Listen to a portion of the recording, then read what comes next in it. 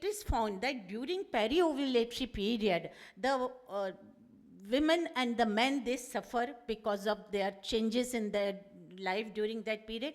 But during that period, the men gets performance anxiety, there is temporary erectile dysfunctions, and sex becomes obligatory and repetitive and routine for them during ovulatory cycles or during infertility treatment. Sometimes they have anejaculation and sexual avoidance and aversion to sex.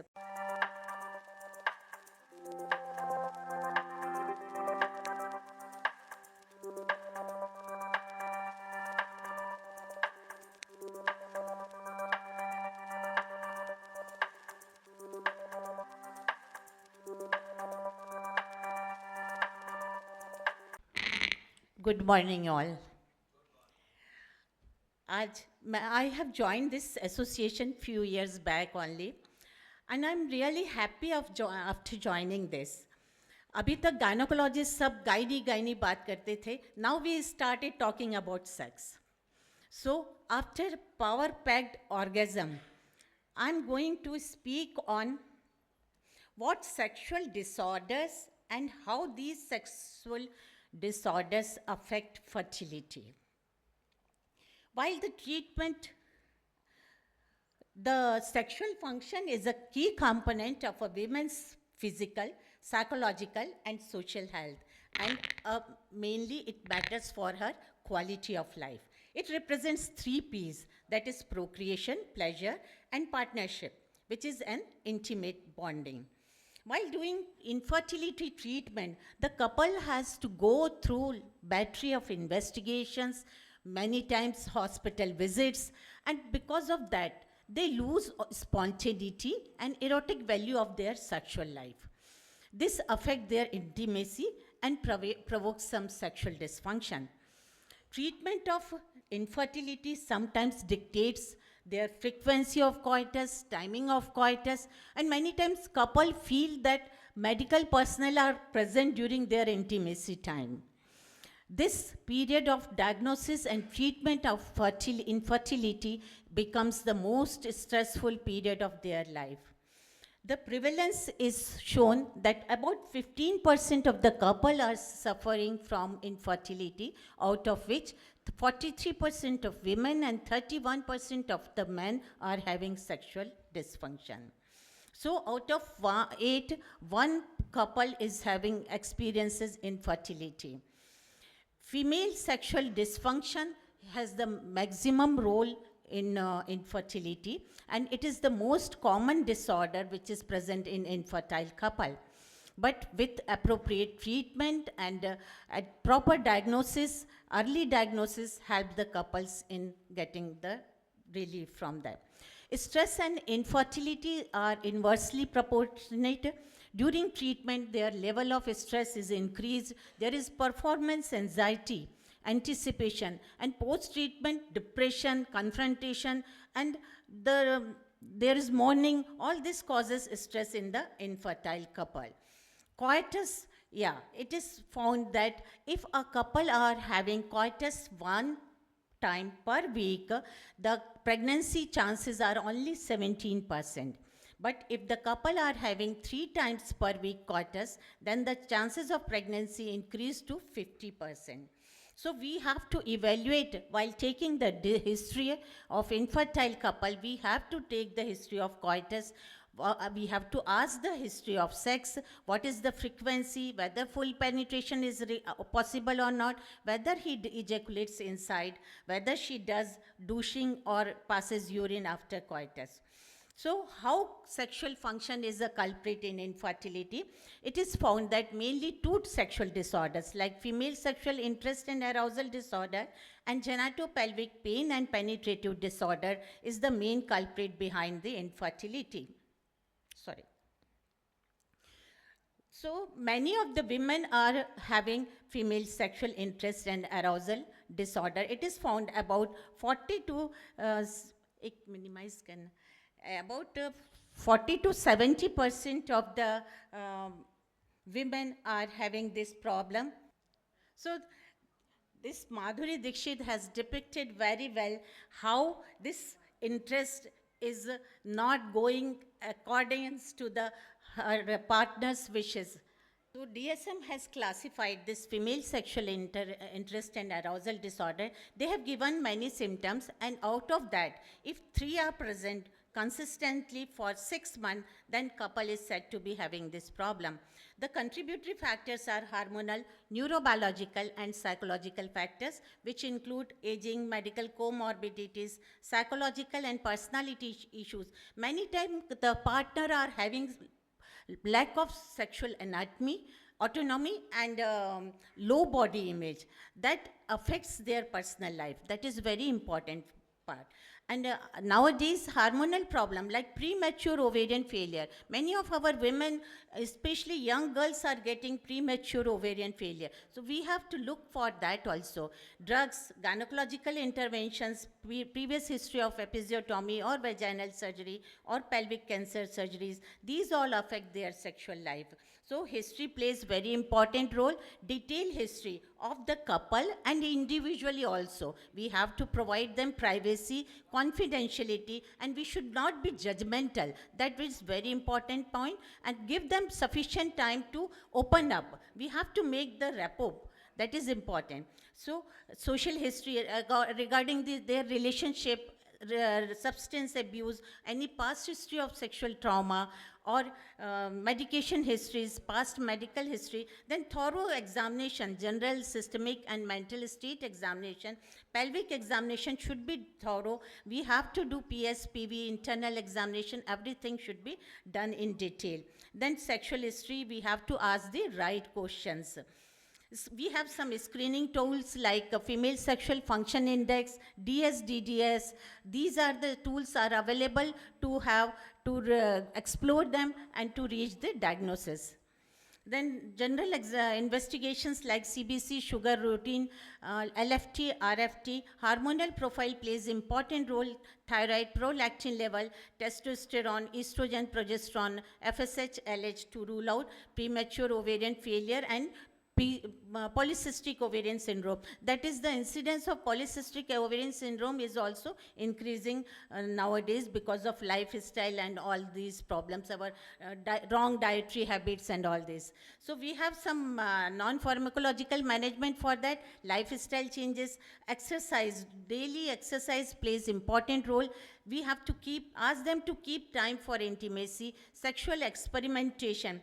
It is found that in Thailand, they do yoni massage and prostate massage. These practices are very helpful. Couple can opt for that.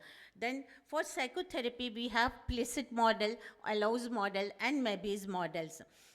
Masters and Johnson's team had introduced sensate focus therapy, which is a series of gradual touching exercises. This reduces anxiety and improves the intimacy, and that reduces performance anxiety. The couple need not to focus on only penetrative sex.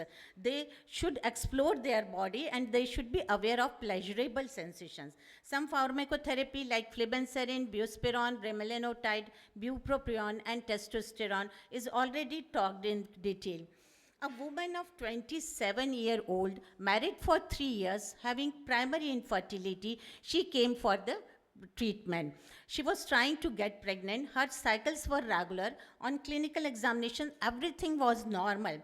Only she complains that while doing the ovulation study, her husband gets erectile dysfunction and the woman gets severe pain during that period, discomfort, and lack of lubrication. So we have to take all this history in detail, and we can definitely advise them like estrogen creams, lubricating gels to relieve all this, some anxiolytic portion, and we have to advise them that only it is not the ovulatory period.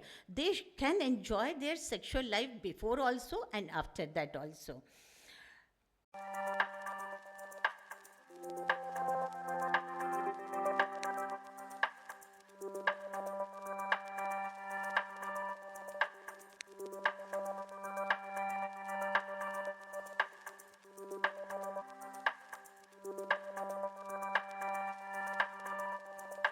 It is found that during peri-ovulatory period, the women and the men, they suffer because of their changes in their life during that period. Ovum life expectancy is 1 to 2 days, and the sperm survives for maximum 5 days in the female genital tract. But during that period, the man gets performance anxiety, there is temporary erectile dysfunctions, and sex becomes obligatory and repetitive and routine for them during ovulatory cycles or during infertility treatment. Sometimes they have anejaculation and sexual avoidance and aversion to sex. Similarly, women also get loss of libido around ovulation. There is lack of arousal and lubrication. It is found that during male treatment of male during infertility, they think that the sex is now become routine. There is lack of emotional rewards and little excitement. There is development of performance anxiety, and that causes aversion to sex. They complain that sex becomes a stud service. Nowadays, we have found that our younger generations are enjoying their sexual life, but they are postponing and delaying the fertility. Because of that, egg freezing is becoming a drive. Similarly, young girls, they opt for egg freezing.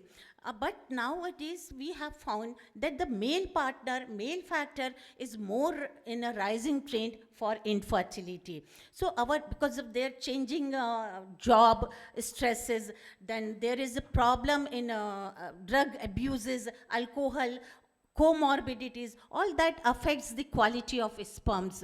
So we can even guide our male boys and all these, they can also go for sperm freezing. If whenever they can plan fertility, they can opt for these things. So we have to counsel this couple that they should renew their commitment, they should devote time for activities and interest, and they can have sexual plays, be creative and inventive, and take time for themselves.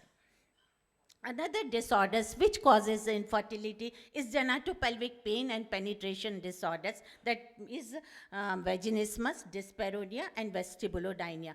We have to listen to what vagina is saying. That is important because vaginismus indicates the persistent or recurrent difficulty of the women to allow or penetrate or penetration of penis or finger or other objects. It is involuntary and uncontrolled. The incidence is 0.6 to 7%, but in clinical setting, it is more, 5 to 17%. And because of the partner's vaginismus, the male partner usually have erectile dysfunction or premature ejaculation. An article was presented in a European Journal of Obstetrics and Gynec, in which 297 women treated for vaginismus, and it was found that after treatment, these women had normal vaginal deliveries, and there was no recurrence of vaginismus in their later life. The etiology is usually psychosomatic disorders, phobia, or conversion disorders. This is just a reflex to avoid the injury, and there is a defensive contraction of the perivaginal muscles. The organic causes may be lesion of the external genitalia, STDs, genital herpes, obstetric trauma, endometriosis, pudendal neuralgia, PID, comorbidities, or pelvic floor muscles disorders. These are the causes which depicts genitopelvic pain and penetration disorders. Most of the cases, they present as an unconsummated marriage, and that leads to personal distress, anxiety disorders, and many times there are divorces. A lady came, 27-year-old Mrs. K, married for 10 months. She was unable to have sex. She said that I cannot go for gynec examination also. But when I did empathetic counseling, and I asked her to explore her body parts and see what her private parts looks like, then she allowed me to do the vaginal checking. And when I did that, I found that her hymen was very tight. So it required this surgical treatment. So many times there are hymen problems, some genital structure problem. So the couple should be well versed with their anatomy, their physiology, and that is very important for their personal life. Foreplays play very important role. As Dr. Nilima also said, we should know how our skin feels, what are the perceptions. This plays very important for their intimate life. Male factor plays important role, that it is found that about erectile dysfunction is present in 79.3%, followed with premature ejaculation, lack of sexual desires. Many times the couple are having homosexual orientations. That also accounts for the infertility. Sometimes there is sexual aversion disorders. So there is one article in Psychology, Research and Behavior Management Journal which showed that if we improve the self-esteem of the couple, then their quality of life improves. Then there is another criteria, that is dyspareunia, which is maybe in this pain may be persistent or recurrent, and it may be primary or secondary dyspareunia, which may be superficial or deep. So causes of superficial and deep are this. They are also cause of infertility. So for that, we have to make the wife and the couple assure them that treatment is possible for the pelvic pain disorders. For that, sex education and counseling plays important role. Then we have lubricants, anesthetic creams available, pelvic floor exercises, Kegel exercises plays very important role. We have to teach these exercises during pregnancy and postpartum period also, and they should continue doing these exercises. Then there is systematic vaginal desensitization by using dilators, fingers or instruments, other instruments available. Anxiolytics are available, psychotherapy, hypnotherapy, cognitive behavioral therapy, then sex therapy, sensate focus, and presently we have newer modalities available like Botox, cosmetic rejuvenation, and PRP available for them.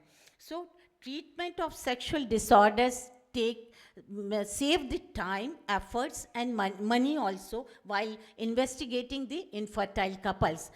Is in this, female sexual interest and arousal disorder is the highly prevalent and underdiagnosed conditions, but if it is effectively managed and appropriately treated, then the couples be benefited with this. Apart from that, genitopelvic pain disorders, we have newer modalities and psychotherapy available for that. So every infertility clinic should have sexual therapist with them and psychotherapist with them, just to improve the quality of life. Thank you so much. Thank you so much, ma'am. Such a nice talk it was. As a fertility specialist, I think I must have induced at least 50 ED to my patients in my initial period of my practice. Then I understood that it's the worst thing to say that to have intercourse in fixed day, and to a man it kills his confidence, and it is a starting of the ED. And you have enlightened us on the same topic. Thank you so much. Any doubts? We'll take 2 questions. Okay, great. Thank you. Thank you so much, ma'am. And I request our chairpersons to felicitate Dr. Ruma ma'am. Thank you, ma'am.